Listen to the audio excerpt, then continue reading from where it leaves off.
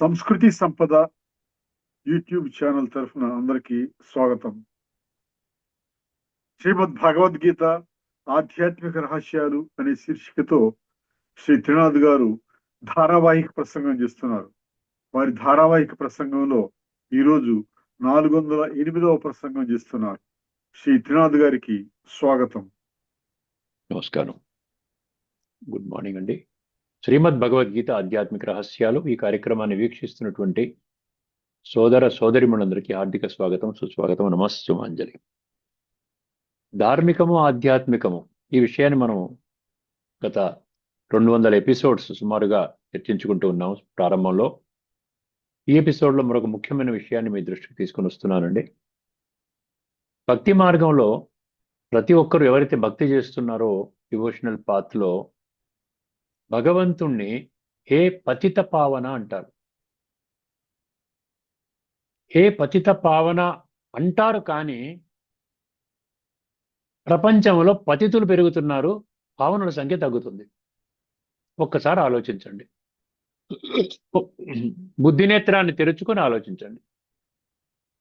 పతిత పావనాన్ని కేవలముగా మౌఖికంగా భగవంతుడు అనుకునేటువంటి ఒక దేవతా స్వరూపం ముందు పలకడమేనా, లేక ఇంకా ఫర్దర్గా ఏమన్నా స్టెప్స్ తీసుకోవాలా పావనం అవ్వడానికి?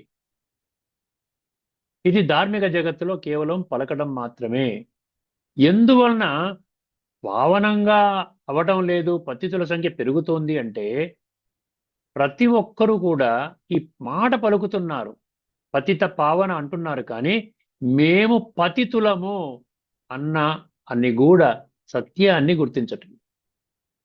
ఎప్పుడైతే నేను పతితుణ్ణయ్యాను, ఆత్మ తమో ప్రధాన స్థాయికి చేరుకున్నది, అధమ కనిష్ట స్థాయికి చేరుకున్నది, ఇప్పుడు పావనము చేసుకోవాలి అని ఒక సత్యము గుర్తించినప్పుడే, సత్యాన్ని గుర్తించినప్పుడే మనం పావనం కావడానికి ప్రయత్నం చేస్తాం.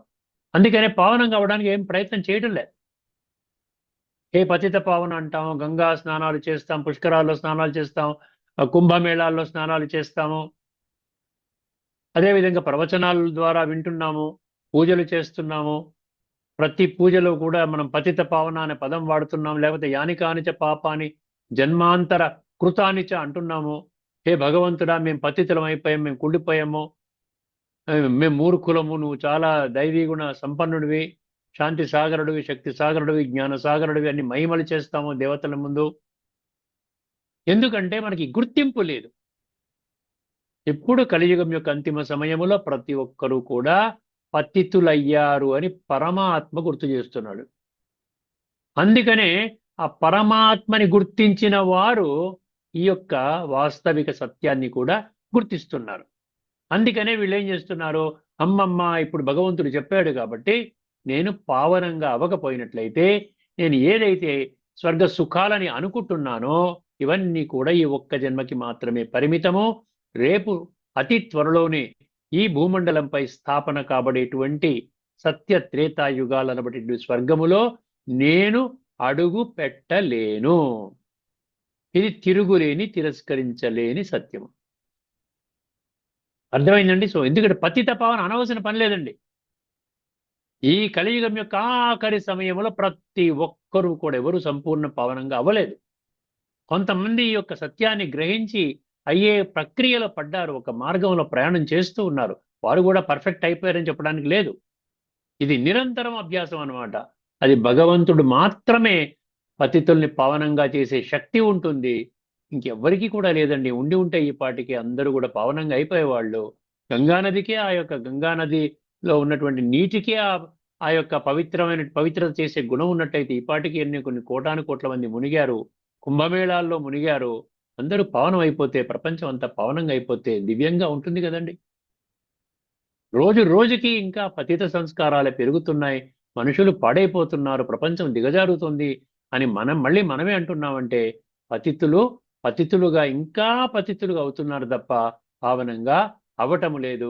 ఒక పరమాత్మ ఇప్పుడు వర్తమాన సమయంలో చెప్పినటువంటి ఈ రాజయోగం అనే ప్రక్రియ ద్వారా, అంటే స్వయాన్ని ఆత్మగా అనుభవం చేసుకుని విశ్వాత్మలందరి తండ్రి అయినటువంటి పరంపిత పరమాత్మతో మనసు బుద్ధి ద్వారా సంబంధాన్ని జోడించుకున్నప్పుడు మాత్రమే పరమాత్మ యొక్క దివ్య గుణాలు, దివ్య శక్తులు, ఆ దివ్య కిరణాల రూపంలో, జ్ఞాన కిరణాల రూపంలో మనలో ఆత్మలో ప్రసరింపబడి అప్పుడు మనలో జన్మజన్మలుగా చేసినటువంటి నీచ నికృష్ట దుష్ట భ్రష్ట పాప కర్మల ఫలితముగా పేరుకుపోయినటువంటి ఆత్మలో నిక్షిప్తము కాబడిన తమో ప్రధాన సంస్కారాలు సాత్విక ప్రధానంగా మారడానికి మనము ఒక మార్గాన్ని స్పష్టంగా అర్థం చేసుకుని ఆ మార్గంలో ప్రయాణం చేయడానికి మనం మొదలు పెడతామండి. అది విషయం. అర్థమైందండి? ఇది ధార్మిక జగత్తులో కేవలం పలకటం వల్ల ఉపయోగం లేదండి. పాప హరో దేవా విషయ వికార్ మిటావో అని హిందీలో కూడా అంటారు. జయ జగదీశ హరే అంటారు. జగత్తులో ఉన్నటువంటి నీవే జగత్తుని నియంత, జగత్తు కంట్రోలరు, నీవు మమ్మల్ని పావనంగా చెయ్యండి. ఏం చేస్తున్నావు పావనంగా చేయడానికి? భగవంతుడు చెప్పినటువంటి మార్గాన్ని మనం ఎందుకు విస్మరిస్తున్నాం? స్పష్టంగా అర్థం చేసుకోవడానికి ఏ అడ్డంకి వచ్చిందండి? ఎవరికి వాళ్ళే అడ్డంకి పెట్టుకుంటున్నారు. నేను ఈ విధంగానే ఉంటాను, ఇదే జీవితం, కరెక్ట్ జీవితం అనుకుంటున్నారు. పరమాత్మని విస్మరిస్తున్నారు, పరమాత్మ యొక్క జ్ఞానాన్ని విస్మరిస్తున్నారు. పరమాత్మ అంటున్నాడు, మీరు నన్ను నిర్లక్ష్య పెట్టినట్లయితే నేను అతి త్వరలో స్థాపన చేసేటువంటి స్వర్గములో సత్యమైన వారసత్వాన్ని నన్ను గుర్తించిన వాళ్ళకి మాత్రమే ఇస్తాను. నిర్లక్ష్యము చేసి విస్మరించినటువంటి వాళ్ళకి నా యొక్క స్వర్గ వారసత్వం రాదు. అంటే పతితులుగా ఉన్నటువంటి వాళ్ళు మళ్ళీ పతిత ప్రపంచం ఇప్పుడు మళ్ళీ సత్యత్రేతాయుగాల్లో రారు. ద్వాపరయుగంలో కూడా చాలా మంది రాకపోవచ్చు. కలియుగంలోనే హెచ్చు మంది 500-600 కోట్ల మంది కలియుగంలోనే అక్కడ జన్మ తీసుకున్నారంటే అర్థం ఏంటి? అంతమంది పాపాత్మలు కలియుగంలోనే జన్మ తీసుకుంటారు. ఇది విషయం అండి. ఇప్పుడు మనము యక్ష ప్రశ్న 51 చాలా ముఖ్యమైనటువంటి ప్రశ్న అండి. కిం పరం అన్నాడు. పరం, పరం అంటే ఏంటి? పరమమైనది ఏమిటి? పరం అంటే ఉత్కృష్టమైనది. అర్థమైందండి? ఏమిటి అని అడిగితే దానికి యుధిష్ఠిరుడు ఏం చెప్పాడంటే ధర్మ పరం. ధర్మ పరం అంటే ధర్మమే పరమైనది. ధర్మానికి మించినటువంటిది ఇంకొకటి లేదండి. ఎన్ని మంత్రాల్లో మనకు ధర్మం గురించి చెప్పడం జరిగిందండి. భగవంతుడు కూడా ఈ సృష్టిలో దేనికోసం వస్తానని చెప్పాడు? ధర్మ సంస్థాపనార్థాయ సంభవామి, ధర్మో రక్షతి రక్షిత. ధర్మం అంటే ధర్మం అండి. ధర్మం అంటే ధారణ. ధర్మం అంటే జీవితంలో ధర్మాన్ని తీసుకుని రావాలి. ధర్మ సూత్రాలను అనుభవం చెయ్యాలి. పరమాత్మ చెప్పిన మంచి మంచి విషయాలను జీవితంలో మనం ఏం చేయాలి? ఆచరించాలి. యద్యద్ ఆచరతి శ్రేష్ఠ. అర్థం? ఇవన్నీ మనము కేవలము పఠన పారాయణ శ్రవణ ప్రచార ప్రసారానికి అంకితం చేస్తున్నాం మన జీవితాన్ని. కాబట్టి ఈ విషయాన్ని కూడా మనం చదివి విడిచిపెట్టేస్తున్నాం. ఇప్పుడు కొన్ని విషయాలు ఇక్కడ సూక్ష్మంగా తెలుసుకుందామండి. అన్ని సాధనాలలో ధర్మమే అత్యున్నతమైనది. ఏ సాధనమైనా తీసుకోండి. అధర్మ మార్గంలో వెళితే అది మీరు మీరు మీరు అత్యుత్తమైనటువంటి మన వారసత్వం ఏంటండి? స్వర్గ వారసత్వం. సత్యత్రేతాయుగాల్లో శ్రేష్టమైన జన్మలు పొందటం. అది మాత్రం పొందలేరు. మీరు ఇంకా ఏమైనా చేయండి.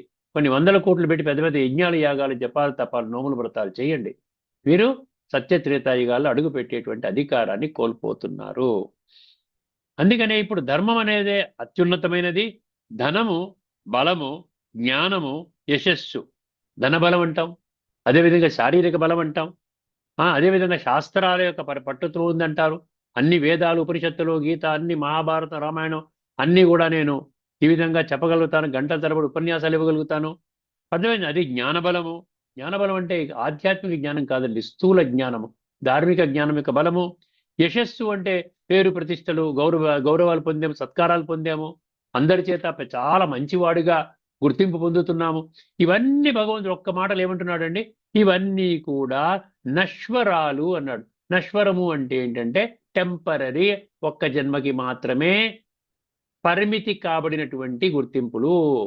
ఒక్కసారి ఆత్మ వెళ్ళిపోయింది శరీరం నుండి అంటే ఇవేవి కూడా ఈ ఆత్మని సంస్కరించడానికి పనికిరావు. ఇవన్నిటినీ పెట్టుకొని మనం ఏం చేస్తున్నాము? ఆత్మని సంస్కరించుకోవడానికి సమయం లేకుండా చేసుకుంటున్నాం.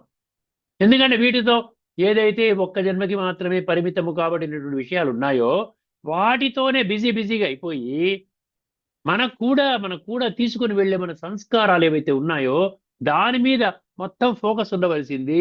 ఇప్పుడు ఏం చేస్తున్నాము? దాన్ని నిర్లక్ష్యం చేసుకుని సంస్కారాల పట్టింపు లేక, ఆ పట్టింపు ఎందుకు లేదు? ఆత్మజ్ఞానము లేక, ఆధ్యాత్మిక జ్ఞానం లేక ఆ విధంగా మనుషులు ఆ విధంగా పాతాళానికి వెళ్ళిపోతున్నారు. అందుకని ఏమన్నాడు? ధనము, బలము, జనము, జ్ఞానము, యశస్సు ఇవన్నీ నశ్వరాలు. కానీ ధర్మం మాత్రమే శాశ్వతముగా మనతో ఉంటుంది. ఇవన్నీ సత్యాలండి. ఎవరు తిరస్కరించలేరు, ఎవరు ఖండించలేరు. భగవంతుడు అబద్ధం చెప్పడండి. అసతోమా సద్గమయ అంటే ఏంటి?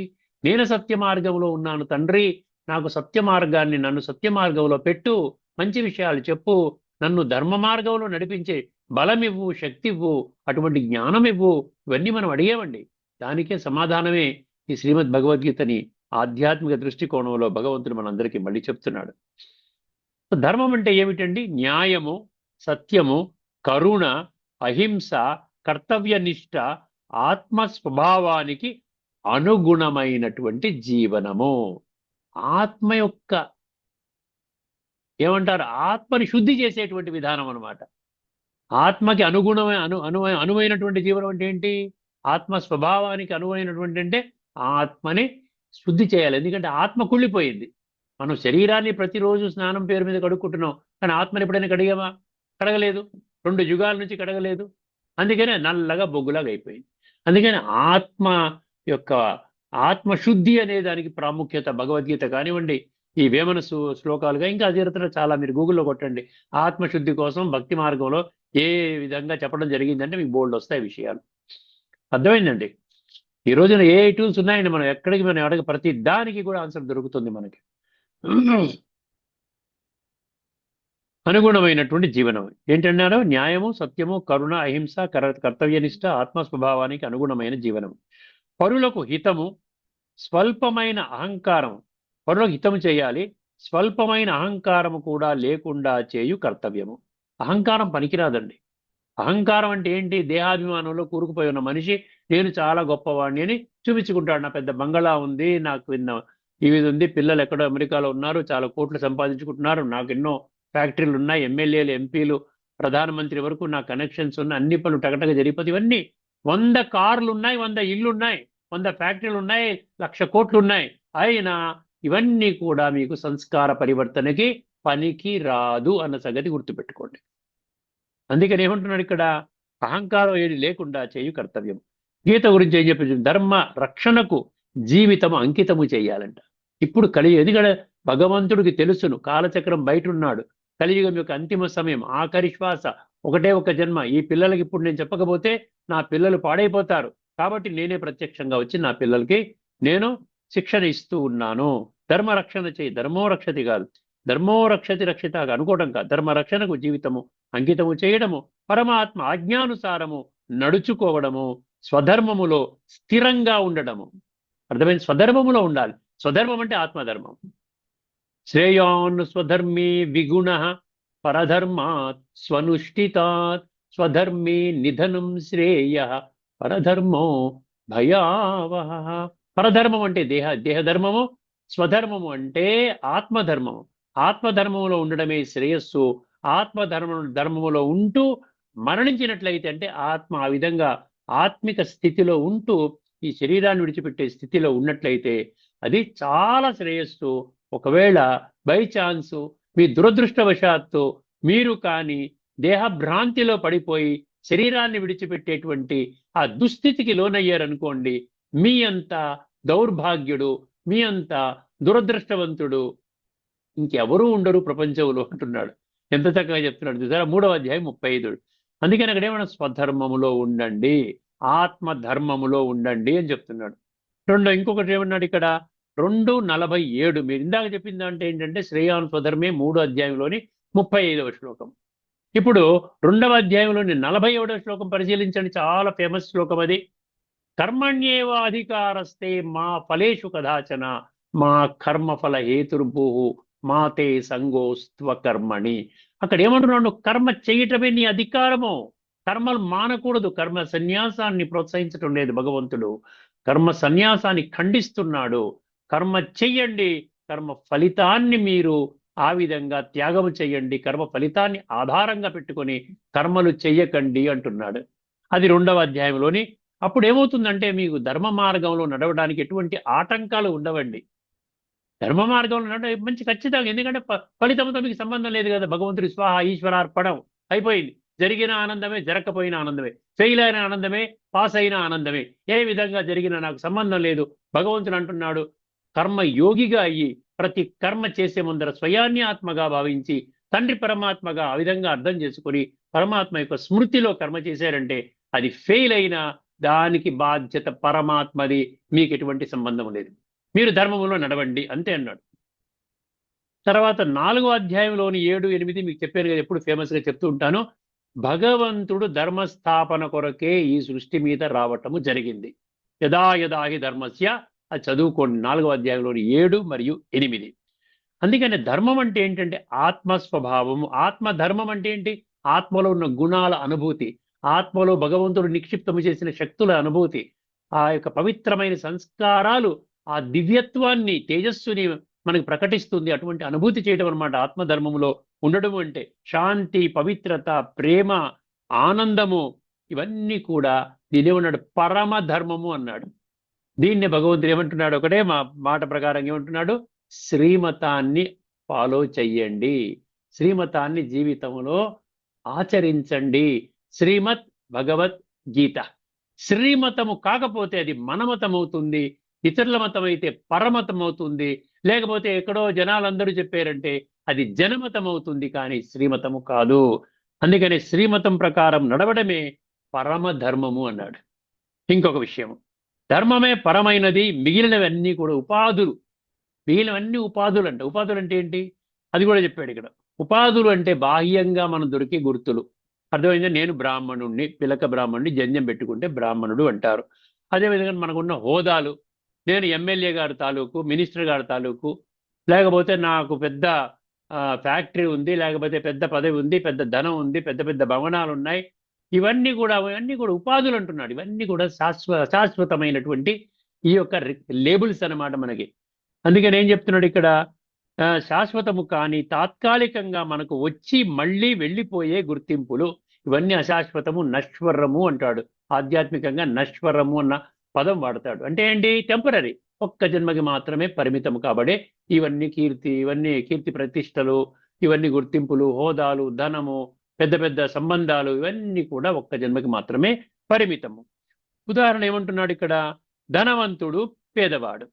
పేదవాడు ఆత్మిక స్థితిలో ఉన్నాడు, కానీ ధనవంతుడు గర్వంతో, అహంకారంతో ఉన్నటువంటి దేహాభిమానంలో ఉన్నాడు.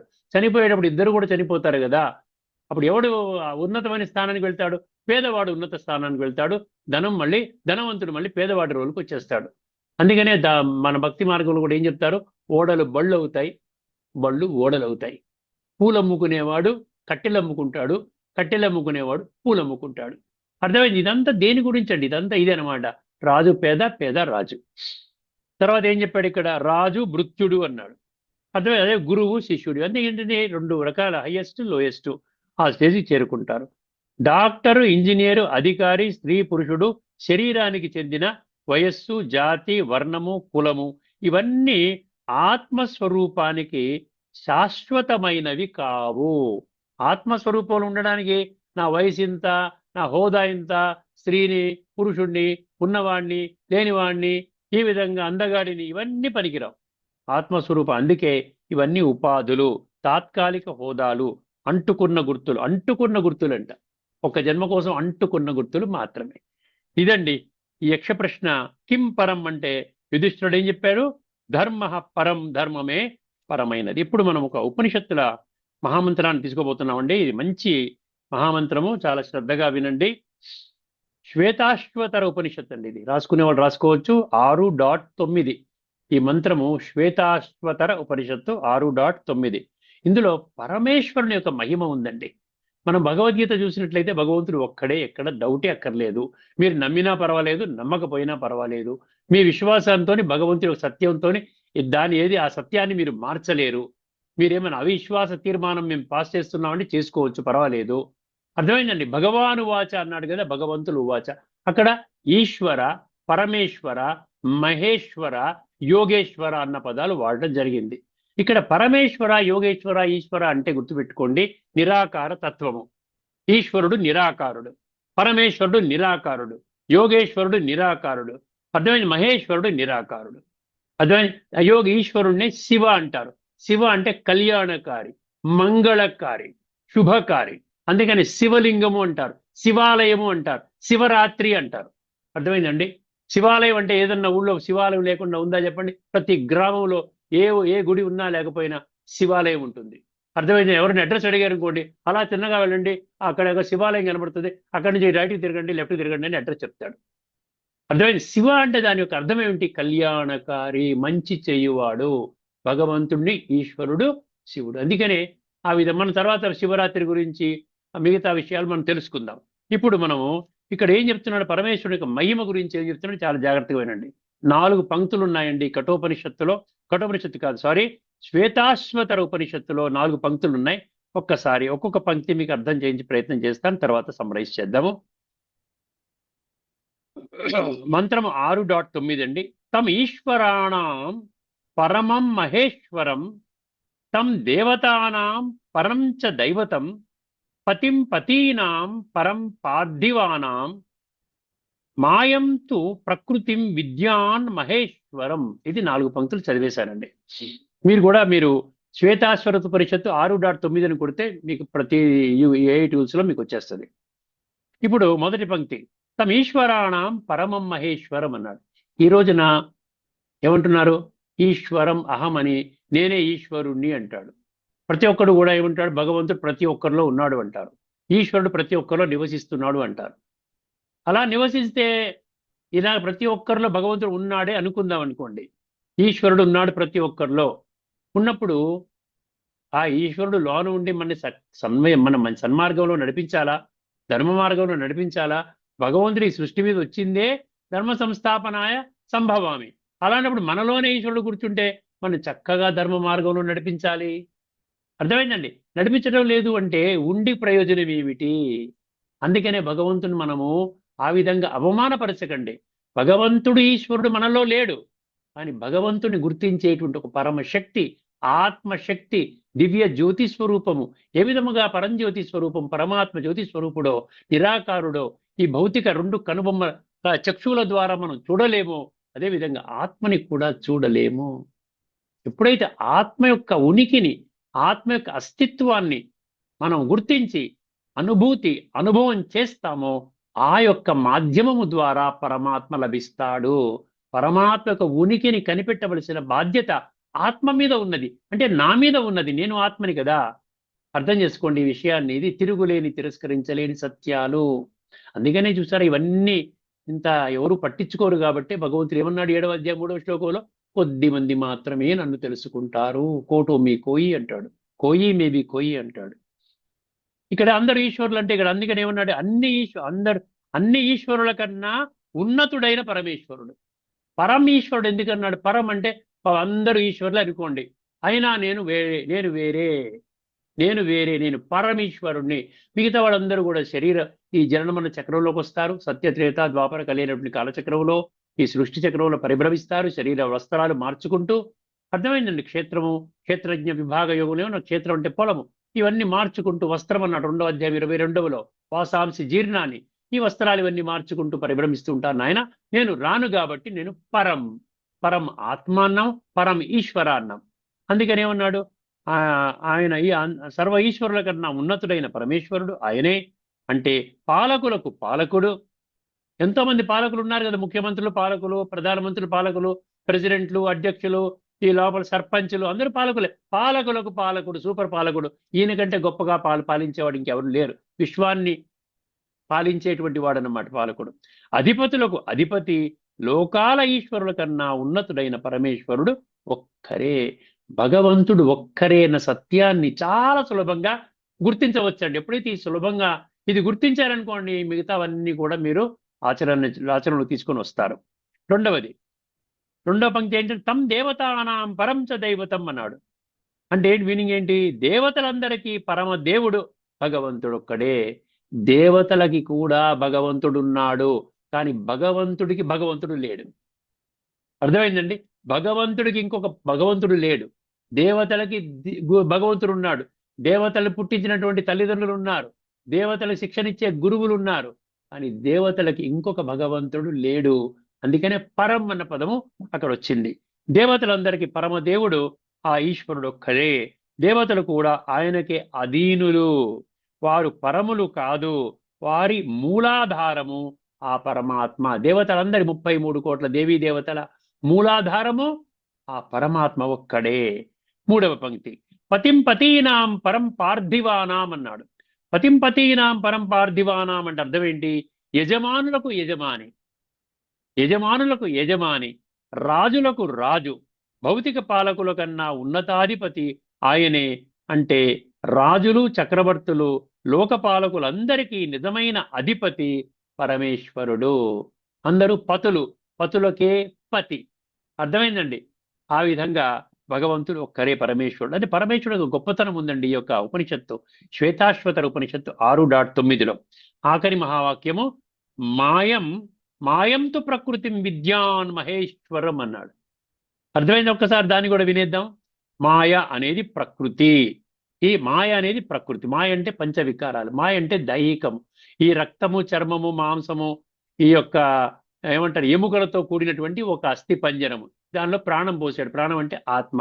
ఆత్మ వెళితే ఇది కదులుతుంది బొమ్మలాగా. ఎప్పుడైతే ఆత్మ బయటకు వచ్చేస్తే ఇది పడిపోతుంది. దాన్నే మనం మరణము, చనిపోవడము అంటాం, మృత్యువు అంటాం. అర్థమైందండి? ఈ మాయ అనేది ప్రకృతి అని తెలుసుకోవాలి. ఆ ప్రకృతి బ్రాకెట్లో మాయ పైన అధిపతి కూడా పరమేశ్వరుడే. భగవంతుడు ఏమంటాడు గీతలో? ప్రకృతి నేనే క్రియేట్ చేశాను, పురుష అంటే ఆత్మని నేనే క్రియేట్ చేశాను, ఈ సృష్టి నాటక రంగం నేనే క్రియేట్ చేశాను, మొత్తం ఈ యొక్క ఆట అంతా కూడా నేనే నడిపిస్తున్నాను. కానీ కొన్ని సీక్రెట్స్ మనకు చెప్పాడు. ఈ ఆధ్యాత్మిక రహస్యాలు తెలుసుకున్నట్లయితే మనం ఏం చేస్తామో, మన యొక్క మూల సిద్ధాంతం, భగవద్గీత యొక్క ప్రాథమిక ఆధ్యాత్మిక మూల సిద్ధాంతం ఏమిటి? నువ్వు ఆత్మవి. ఆ విషయాన్ని మర్చిపోకుండా ఉంటే మన యొక్క గమ్యము, మన యొక్క డెస్టినేషన్ కరెక్ట్గా వెళతామన్నమాట. సత్య త్రేతాయుగాల్లో అతి త్వరలో స్థాపన కాబడేటువంటి స్వర్గం అనేటువంటి అందులోకి మనం అడుగు పెట్టగలుగుతాం. అధిపతి కూడా పరమేశ్వరుడు. అంటే సత్వ రజస్ తమస్ గుణాల సమాహారమే ప్రకృతి. ప్రకృతి అంటే గుర్తుపెట్టుకోండి, ప్రకృతి అంటే 3: సత్వం, రజస్, రజో, సాత్విక, రాజసిక, తామసిక. 14వ అధ్యాయంలో 5వ శ్లోకం నోట్ చేసుకోండి. సత్వం రజస్తమ ఇతి గుణా ప్రకృతి సంభవ అన్నాడు. అక్కడ పురుష సంభవ, పరమాత్మ సంభవ అనలేదండి. ప్రకృతి నుంచి మనకి ఏమొస్తుంది? హైయెస్ట్ గా వెళితే నువ్వు ఎంతవరకు వెళతావు? సాత్వికంగా వెళతావు. కానీ ఇప్పుడు భగవంతుడు ఏమంటున్నాడు? త్రైగుణ్య విషయా వేద నిస్త్రైగుణ్యో భవార్జున అంటాడు కదా. నిర్ద్వంద్వో అంటాడు. నీ ద్వంద్వాలు, ఈ త్రిగుణాలకు అతీతంగా తీసుకొని వెళతాను, హయ్యెస్ట్ లెవెల్ కంటే నా సమానంగా నిన్ను తీసుకొని వస్తాను, ఆ విధంగా తయారు చేస్తాను. అప్పుడు నీవు నేను స్థాపన చేసేటువంటి ఈ సత్యయుగములో శ్రేష్టమైన జన్మకి నీవు అందులో జన్మ తీసుకోవడానికి యోగ్యత పొందుతావు. ఈ ప్రకృతి మాయ ప్రభావం మనుషులపై పడుతుంది, కానీ పరమాత్మ మాత్రము మాయకు అతీతుడు. పరమాత్మ మాయలో లేడు, ఎందుకంటే ఆయనకి దేహం లేదు కదా. దేహం అంటే మాయ, చెప్పుకున్నాం కదా, చర్మము, ఎముకలు, రక్తము, ఇది మాయ. పరమాత్మకి దేహమే లేదు కాబట్టి 9వ అధ్యాయం 11వ శ్లోకంలో ఏం చెప్పాడు? అవజానంతి మాం మూఢ మానుషిం తనుమాశ్రితం అన్నాడు. అక్కడ దాన్ని ఎందుకు విస్మరించాము? నేను మనిషి శరీరంలో వస్తా అని చెప్పాడు కదా. మనిషి అంటే ప్రకృతి, ఆయనకి దేహం లేదు.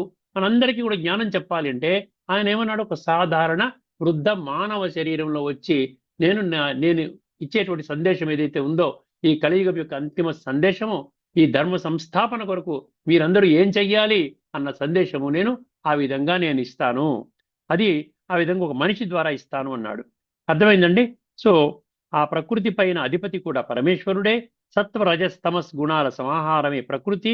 ఈ ప్రకృతి మాయ ప్రభావం మనుషులపై పడుతుంది, కానీ పరమాత్మ మాత్రం మాయకు అతీతుడు, మాయపై అధిపతి, మాయను జయింపజేసేవాడు. అర్థమైందండి? మాయ నుండి మనం ఎలాగ బయటికి వెళ్ళాలి అనేది మనకు చెప్తున్నాడు జ్ఞానం. అది మనకి ఆ విధంగా చేసేవాడు. ఇప్పుడు ఎండింగ్లో వద్దామండి. సంక్షిప్త భావం ఏంటి? దేవతలకు కూడా దేవుడు, ఈశ్వరులు అనుకునే వాళ్ళందరూ కూడా ఈశ్వరుడు, రాజులకు రాజు, మాయపై అధిపతి అటువంటి పరమేశ్వరుడు ఒక్కరే. శ్వేతాశ్వతర ఉపనిషత్తు యొక్క ఆఖరి అధ్యాయం 6 అన్నమాట. ఆఖరి అధ్యాయం అంటే 6వ అధ్యాయం అంట.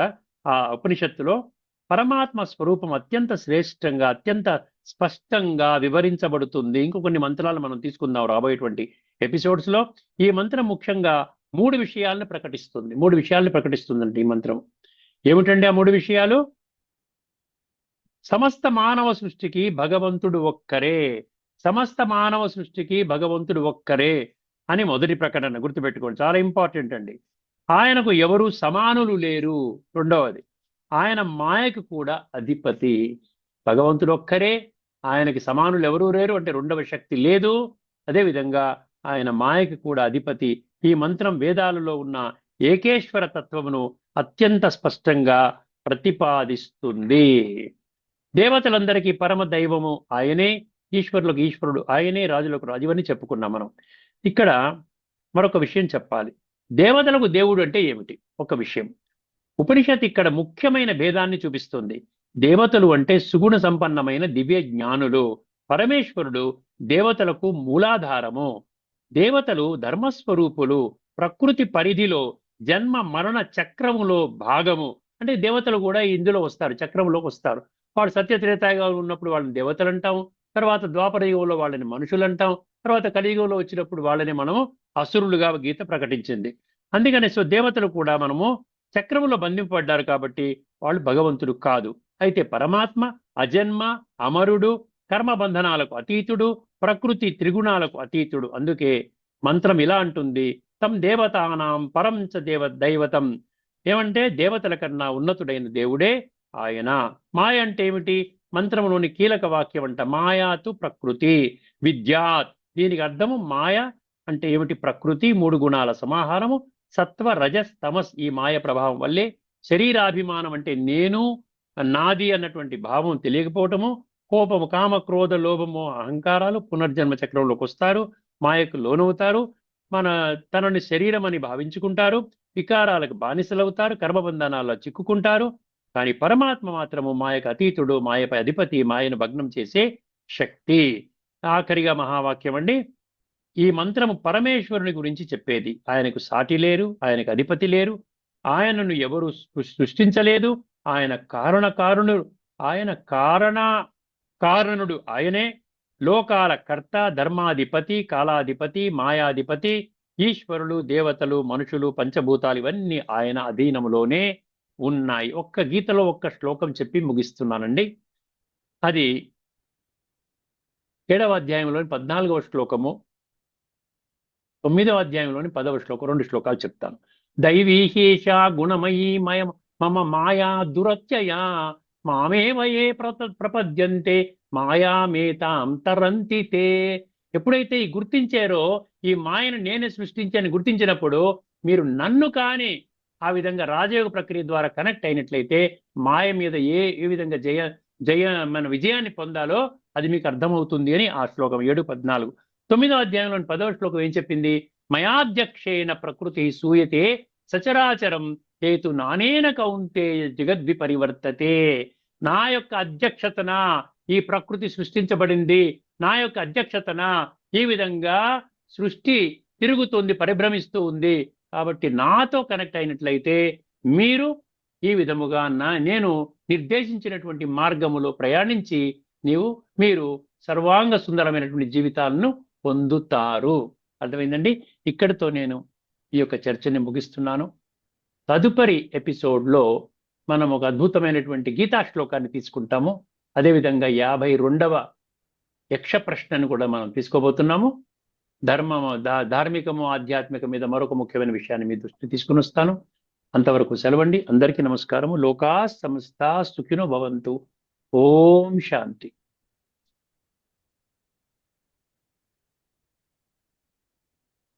శ్రీమద్ భగవద్గీత ఆధ్యాత్మిక రహస్యాల శీర్షికలో ధారావాహిక ప్రసంగం చేసిన శ్రీ త్రినాథ్ గారికి ధన్యవాదాలు. నమస్కారం.